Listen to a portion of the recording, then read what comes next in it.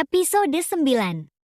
Namun, niat Kania untuk meninggalkan meja makan itu harus gagal karena Zara yang menahan tangannya. Kak Kania, tunggu. Jangan pergi dulu, kita masih belum selesai bicara. Kak, dengan tatapan sayu, Zara menatap Kania. Namun tidak. Dengan tangannya, tangan Zara mencengkram keras tangan Kania sehingga Kania meringis kesakitan.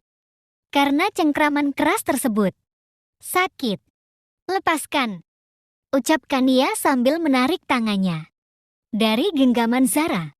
Namun nasnya, sang ratu akting tidak akan pernah membuang setiap kesempatan yang ia miliki untuk tidak menunjukkan sandiwara terbaiknya, walau sekecil apapun peluang yang ia miliki. Zara berlagak seolah-olah Kania menarik tangannya dengan kuat, sehingga tubuhnya harus ikut tertarik ke depan. Dan seterusnya sudah pasti ia jatuh tersungkur ke lantai dengan tangan yang menabrak meja makan. Zara, kedua orang tua Zara dengan panik bangun dari duduk mereka, lalu segera menghampiri anaknya yang sedang jatuh ke lantai. "Ah, sakit!" Zara dengan suara meringis sambil mengelus pelan tangannya. "Kamu nggak apa-apa, Nak?" tanya Salma dengan wajah sangat cemas. Padahal sebenarnya ia tahu betul kalau anaknya sedang menjalankan sandiwara saja. "Zara, apa ada yang terluka, sayang? Apa perlu ke dokter?" "Ayo ke dokter sekarang juga, Nak." Burhan begitu panik sambil melihat tangannya Zara dengan penuh kasih sayang. "Nggak apa-apa, Pa, Ma, aku nggak apa-apa kok. Aku nggak perlu ke dokter. Aku baik-baik saja."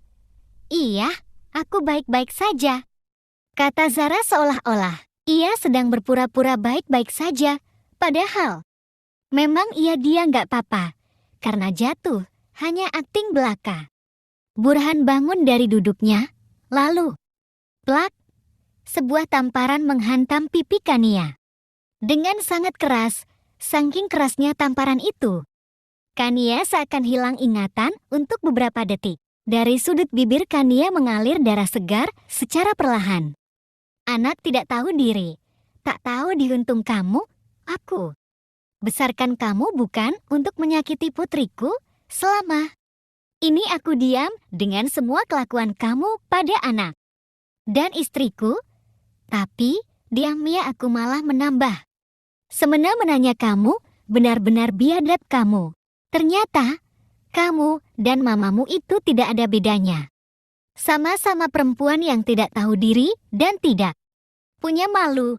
Kalau bukan karena orang tuaku yang sangat menginginkan kamu, mungkin aku sudah membuang kamu dan mamamu itu sejak awal bertemu. Karena sebenarnya kamu itu memang tidak harus ada di sini," kata Burhan dengan nada penuh kebencian. "Kata kotor. Darah mamamu ternyata juga mengalir di tubuhmu." "Cukup. Aku bilang cukup." Kania berteriak keras pada papanya yang terus ngata-ngatai sang mama dengan kata-kata kotor dan kasar. Kali ini, ia sudah tidak tahan lagi dengan cacian dan makian dari orang yang ia anggap papa ini. Tamparan keras itu bisa ia tahan rasa sakitnya, tapi cacian dan makian pada sang mama yang sudah melahirkan dan membesarkannya tidak bisa ia tahan. Lagi rasa sakit yang membuat emosi naik sampai ke ubun. "Cukup Tuan Burhan, cukup. Jika kamu memang tidak menginginkan aku bisa terima. Tapi kamu tidak berhak menghina mamaku dengan hinaan terendah. Sekalipun kejahatan apa yang telah mamaku lakukan padamu sampai kamu begitu membencinya." "Hah? Mamaku bukan bintang seperti yang kamu katakan. Mamaku adalah wanita baik-baik yang selalu berjuang untuk mendapatkan cintamu bagaimanapun caranya. Ia telah berusaha melakukan semua yang terbaik untuk kamu, tapi sayangnya mamaku salah memberikan kasih sayang dan kebaikan Orang seperti kamu tidak bisa melihat kebaikan orang lain. Apakah orang seperti kamu ini bisa disebut orang? Beradab Tuan Burhan. Bukankah itu lebih mirip orang biadab daripada beradab? Telah. Lagi-lagi, sebuah tamparan mendarat di pipi Kania. Pipi putih itu sekarang berubah menjadi merah. Karena tamparan itu. Anak tidak tahu sopan santun kamu. Berani-beraninya bicara kotor padaku, dasar. Anak bintang-bintang-bintang, besok juga aku akan antarkan kamu ke keluarga Aditama. Tapi ingat, jika kamu buat masalah dengan keluarga itu, maka tanah milik almarhumah nenekmu yang ada di desa akan aku luluh lantahkan tanpa sisa. Ingat kata-kataku baik-baik, kata Burhan sambil mendorong Kania hingga terjatuh ke lantai. Setelah mendorong Kania, Burhan kembali menghampiri ibu dan anak yang begitu bahagia melihat pertunjukan yang bagi mereka sangat bagus. Namun sayang, Burhan yang bodoh tidak tahu apa yang sebenarnya terjadi. Sayang, apa kamu masih kuat berjalan? Tanya Burhan pada Zara. Kamu tidak kuat sayang. Ayo papa gendong kamu ke kamar. Nanti, papa akan panggilkan dokter untuk memeriksa keadaan kamu. Ya, nggak perlu, pa. Aku baik-baik aja. Aku nggak butuh dokter. Lagian, ini cuma sedikit memar aja. Kita nggak tahu kan apa yang terjadi sebenarnya, maka dari itu, sebaiknya kamu diperiksa dokter agar tahu apa keluhan yang ditimbulkan jatuh barusan. Papa kamu benar sayang, diperiksa nanti biar tahu apa yang sakit di bagian dalam yang tidak bisa dilihat ya. Salma ikut bicara. Ya udah kalau gitu, besok aja tapi ya, Pa. Ini udah malam soalnya.